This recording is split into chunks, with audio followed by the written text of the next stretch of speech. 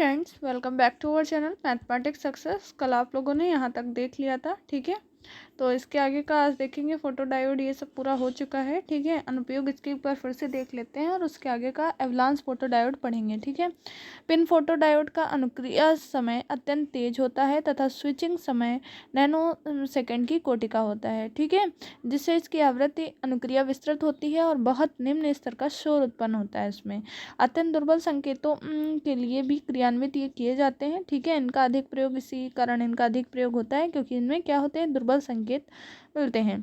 Laser स्पंदनों को संसूचित करने में भी इनका उपयोग किया जाता है। बहुत तेज स्विचिंग और लॉजिक परिपथों में भी इनका उपयोग करते हैं। स्पंदित और आयाम मॉडलिकों में, कला विस्थापकों में एक नियत प्रतिबाधा युक्त की भांति भी इनका उपयोग किया जाता है, ठीक है। इतना तो पहले का हो गया, ये एक बार रिवाइज कर लीजिएगा। और एवलांस फोटो डायोड आज देखेंगे, ठीक है। अगर आप चैनल पे पहली बार आए हैं तो चैनल को सब्सक्राइब कर लीजिएगा, साथ ही साथ बेल आइकन को दबा लीजिएगा ताकि कोई वीडियो आए तो आपको नोटिफिकेशन मिल जाए। और अपने फ्रेंड्स को भी शेयर करेंगे, ठीक है, ज़्यादा से ज़्यादा, ताकि उन लोगों तक भी हमारी बात पहुंचे। एवलांस फोटो डायोड क्या होता है? तो यह फोटो डायोड एवलांस प्रभाव के मूल प्रभाव कर क्रियान्वित होते हैं, जिसके लिए पीएन संदेह डायोड में निम्न बातें आवश्यक होती हैं, ठीक है। कौन कौन सी बातें हैं वो जो एवलांस फोटो डायोड के लिए आवश्यक है? ये जो पॉइंट करके लिखे हुए हैं इन्हें आपको याद करना बिल्कुल कंपलसरी है। फोटो डायोड में भी लिखा है, जिसमें जिसमें लिखा है पॉइंट करके, वो सारे पॉइंट्स आपको याद करने हैं क्योंकि इन्हीं पॉइंट से आपके पूरे क्वेश्चन होने वाले हैं। मतलब जो आगे पूरी प्रोसेस लिखेंगे वो इसी पे डिपेंड है। अगर आप ऐसे लिख देंगे पेपर में तो आपको उसको पता चल जाएगा कि आपको आता है, तो वो चेक हो जाएगा, ठीक है। तो इसलिए इन पॉइंट्स का ध्यान रखना बहुत ज़रूरी है। निम्न वैद्युत क्षेत्र होना चाहिए, मतलब लेस देन 10⁻6 वोल्ट पर मीटर, ठीक है। और चौड़ा अवक्षय क्षेत्र होना चाहिए लेस देन 10⁻⁻6। उच्च पश्च वोल्टा 4.8। बाहुल प्रक्रिया होनी चाहिए, संघट्य आयनीकरण, ठीक है। तो ये सब अभी पढ़ेंगे। अब संघट्य आयनीकरण क्या होगा ये भी जानेंगे। जब पीएन संदेह डायोड निम्न डोप किया हुआ होता है तथा अवक्षय परत थोड़ी चौड़ी होती है, ठीक है। जब निम्न डोप कराएंगे और अवक्षय क्षेत्र जो होगा जो बीच में बन जाता है, वो अवक्षय परत थोड़ी चौड़ी होगी तो एवलांस भंजन होगा। यदि अवक्षय परत में प्राप्त धारा संघट्य आयनीकरण की उपस्थिति में आई नॉट है, ठीक है, मान लो आई नॉट है। संघट्य आयनीकरण क्या होता है अभी आगे देख लेंगे, ठीक है। तो आयनिक संघट्यों के एवलांस के कारण अवक्षय परत में धारा जो उत्पन्न होगी वो एम आई नॉट होगी। एम को क्या कहेंगे? गुणनकारक कहेंगे। यह अवक्षय परत में प्रतिवाहक एवलांस प्रभाव द्वारा उत्पन्न हुए आवेशवाहकों की संख्या को प्रदर्शित करता है। एम क्या है? गुणनकारक है, जो क्या व्यक्त करता है? आवेशवाहकों की संख्या को व्यक्त करता है। और किसमें? मतलब एवलांस प्रभाव में। तो संघट्य आयनीकरण क्या होता है? वह घटना जिसके द्वारा अनुगमित इलेक्ट्रॉन क्षेत्र से पर्याप्त ऊर्जा को प्राप्त करके मुख्य क्रिस्टल के परमाणुओं को आयनीकृत कर दे, संघट्य आयनीकरण कहलाती है, ठीक है। तो वह घटना जिसमें अनुगमित जो इलेक्ट्रॉन होते हैं वो क्षेत्र से पर्याप्त ऊर्जा को प्राप्त करके मुख्य क्रिस्टल के परमाणुओं को आयनीकृत कर देते हैं, ठीक है। अनुगमित इलेक्ट्रॉन क्षेत्र से ऊर्जा लेंगे और जो मुख्य क्रिस्टल होगा उसके परमाणुओं को आयनीकृत कर देंगे। यही जो प्रोसेस होगी वो संघट्य आयनीकरण कहलाएगी, ठीक है। तो संघट्य आयनीकरण वैद्युत क्षेत्र पर निर्भर करता है। तो किस पर निर्भर करता है संघट्य आयनीकरण? तो वैद्युत क्षेत्र पर निर्भर करता है, ठीक है। तथा वैद्युत क्षेत्र प्रक्रिया में सूक्ष्म वृद्धि बहुल प्रक्रिया में गतिक वृद्धि हेतु पश्च अभिनत उत्तरदायी है। m = 1/1 - VR/VBR की होल पावर n। n क्या है? सूचक अंक है, ठीक है। ये देख लीजिए, सूचक अंक है। ये इस टाइप से एवलांस भंजन को हम लोग डिफाइन करेंगे। ये यहाँ से करंट फ्लो होगी, इस टाइप से नीचे जाएगी, ठीक है। ये एवलांस भंजन क्षेत्र होगा। ये धारा आई नॉट है, ये VBR है, ये VR है, ठीक है। n क्या है? सूचक अंक है 3 to 6। ताप का प्रभाव क्या पड़ेगा इस पर ये देखेंगे। ये फॉर्मूला याद कर लीजिएगा, ये इंपॉर्टेंट है। m = 1/1 - VR/VBR की होल पावर n, ठीक है। तो ताप का प्रभाव क्या होता है? एवलांस भंजन वोल्टा का मान संधि का ताप बढ़ाने के साथ बढ़ेगा, ठीक है। अगर एवलांस भंजन वोल्टा जो होगी उसका मान बढ़ाएंगे तो ताप बढ़ाने के साथ एवलांस भंजन वोल्टा का मान भी ताप बढ़ने के साथ में बढ़ेगा। एवलांस भंजन वोल्टा तब प्राप्त होती है जब अवक्षय क्षेत्र में उपस्थित वैद्युत क्षेत्र E0 मैक्सिमम और भंजक क्षेत्र EBR के मान तक पहुँच जाता है, ठीक है। ये देखिए, ये डायग्राम से समझ लीजिएगा, ठीक है।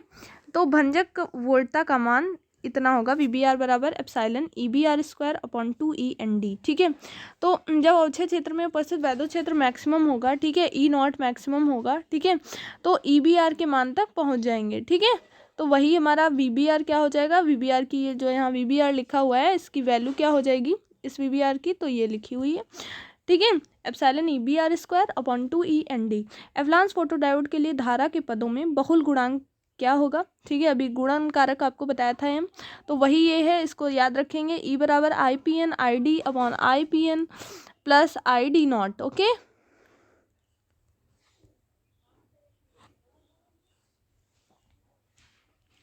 यहाँ जहाँ IPH है वो प्रकाश धारा है जब विकिरण आपतित किया गया है, और IP0 जो है वो प्रकाश धारा है जब विकिरण आपतित नहीं किया गया है, ठीक है।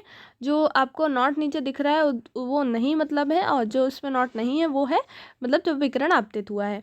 ID क्या है, अदीप्त धारा है जब पश्चवोल्टता अनुप्रयोग की जाती है। D0 मीन्स जब अनुप्रयोग नहीं की गई है, ठीक है। तो ये फॉर्मूला है, इसको याद रखेंगे। एक प्रकाश उत्सर्जक डायोड का LED, ये बहुत इंपॉर्टेंट है, बहुत ज़्यादा इंपॉर्टेंट है, आपको एक मोटा मोटा आइडियाज़ दे देते हैं, ठीक है, और कल इस पे पूरा डिस्कशन होगा, तो आप समझ लीजिए अभी क्या होता है प्रकाश उत्सर्जक डायोड या LED मतलब लाइट इमिटिंग डायोड, इसका फुल फॉर्म है, ठीक है। तो लाइट इमिटिंग डायोड आपको नीचे कमेंट बॉक्स में लिखना है कि प्रकाश उत्सर्जक डायोड का फुल फॉर्म क्या होता है, तो लाइट इमिटिंग डायोड, ठीक है। आपको LED वहाँ पे लिख कर आ जाए तब भी कंफ्यूज नहीं होना है। यह एक ऐसी इलेक्ट्रॉनिक युक्ति है जो ऊर्जा के रूपांतरण पर आधारित है, अर्थात वैद्युतीय ऊर्जा के प्रकाशीय ऊर्जा में परिवर्तन होता है, ठीक है। LED घर में यूज़ करते हैं, ठीक है, तो उसमें क्या होता है, वैद्युतीय ऊर्जा का प्रकाशीय ऊर्जा में चेंज होता है ना, तो बस ये वही है। LED विशेष प्रकार से निर्मित PN संधि डायोड होता है, ठीक है, एक विशेष प्रकार से निर्मित किया गया PN संधि डायोड है LED, जो विशेष यौगिक अर्धचालकों से बने होते हैं जो अग्रभिन्नत होने के संगत ऊर्जा प्राप्त करके दृश्य प्रकाश का उत्सर्जन करते हैं, ठीक है। तो कैसा प्रकाश उत्सर्जन करते हैं, तो दृश्य प्रकाश का ये उत्सर्जन करते हैं, और जो इसमें इलेक्ट्रिकल एनर्जी होती है वो चेंज होती है लाइट एनर्जी में, ठीक है, मतलब वैद्युत ऊर्जा का प्रकाशीय ऊर्जा में रूपांतरण इसमें होता है। तो ये किस में होता है, LED में होता है। तो सिद्धांत पे काम करता है, ये देख लेते हैं। जब PN संधि डायोड अग्रभिन्नत किया हुआ होता है, कैसा होता है, अग्रभिन्नत मतलब फॉरवर्ड बायस, तो विभव प्राचीर कम होगा, और धारा किसके कारण मिलती है, जब भी अग्रभिन्नत में होगा तो धारा हमेशा बहुसंख्यक आवेशवाहकों के कारण मिलती है, और जब हमेशा पश्चाभिन्नत होगा तो उसमें धारा अल्पसंख्यक आवेशवाहकों के कारण मिलेगी।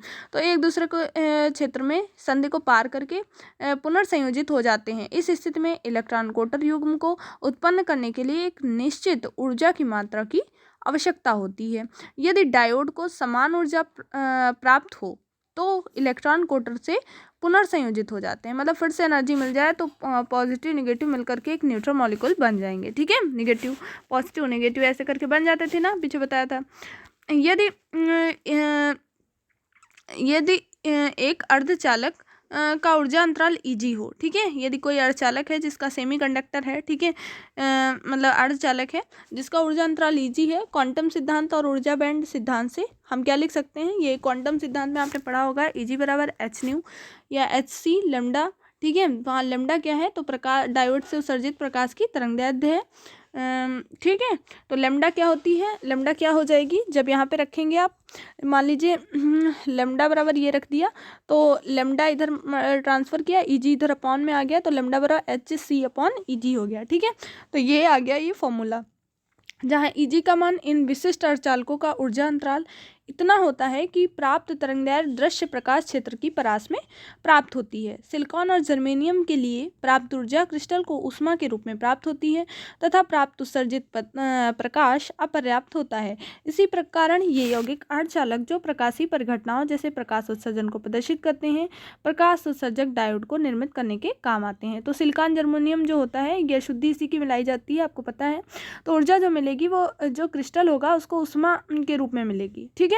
तो और जो उत्सर्जित प्रकाश होगा वो अपर्याप्त होगा, जिसके कारण यौगिक जो होगा वो अर्धचालक जो कि प्रकाश परिघटनाओं को उत्सर्जन परिघटनाओं को प्रदर्शित करता है, वो उससे जो है डायोड निर्मित करने के काम आ जाते हैं, ठीक है।